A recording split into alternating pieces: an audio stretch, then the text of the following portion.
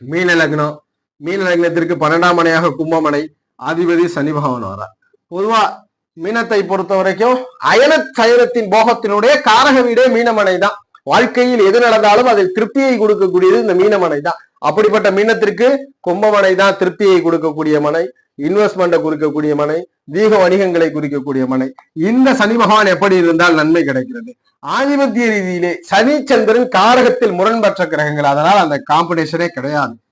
சனி சந்திரன் காம்பினேஷன்ல முரண்பற்ற கிரகம்.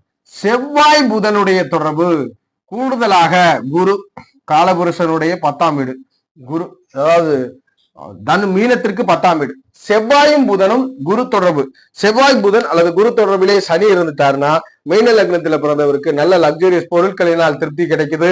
அது போல பயணங்களினால் திருப்தி, வெளியூர் தூர தேசங்களிலான ஆதாயம், மகிழ்ச்சியான உறக்கம் வருகிறது. அதுபோல் ஜாதகர் எந்த காலங்களிலும் செய்த செயலை நினைத்து வருத்தம் கொள்ளாமல் செய்த செயலை நினைத்து திருப்தியும் மோட்சத்தையும் பெறுகிறார், நல்ல திருப்தியான மனநிலைமையை பெறுகிறார்.